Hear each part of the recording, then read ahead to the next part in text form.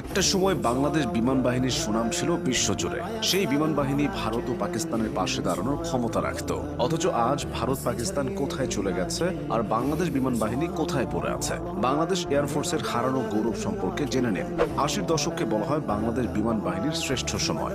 এই সময়টায় দেশের বিমান বাহিনীতে চীন ও রাশিয়ার সহায়তায় MiG-21, F-7, N-32 ট্রান্সপোর্টার সহ অনেক মডার্ন বিমান সংযুক্ত করা হয়। তখন পাইলটরা প্রশিক্ষণ নিত তুরস্ক, সিঙ্গাপুর, রাশিয়া, এমনকি মার্কিন যুক্তরাষ্ট্রেও।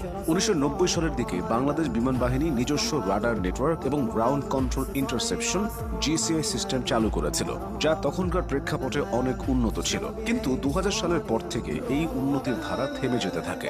যুগের সঙ্গে তাল মিলিয়ে বাংলাদেশ এয়ারফোর্সের আধুনিকায়নে বাজেট সীমিত হয়। অথচ এই সময়ে ভারত, মিয়ানমার ও পাকিস্তান তাদের বিমান বাহিনীকে মডার্নাইজ করতে থাকে।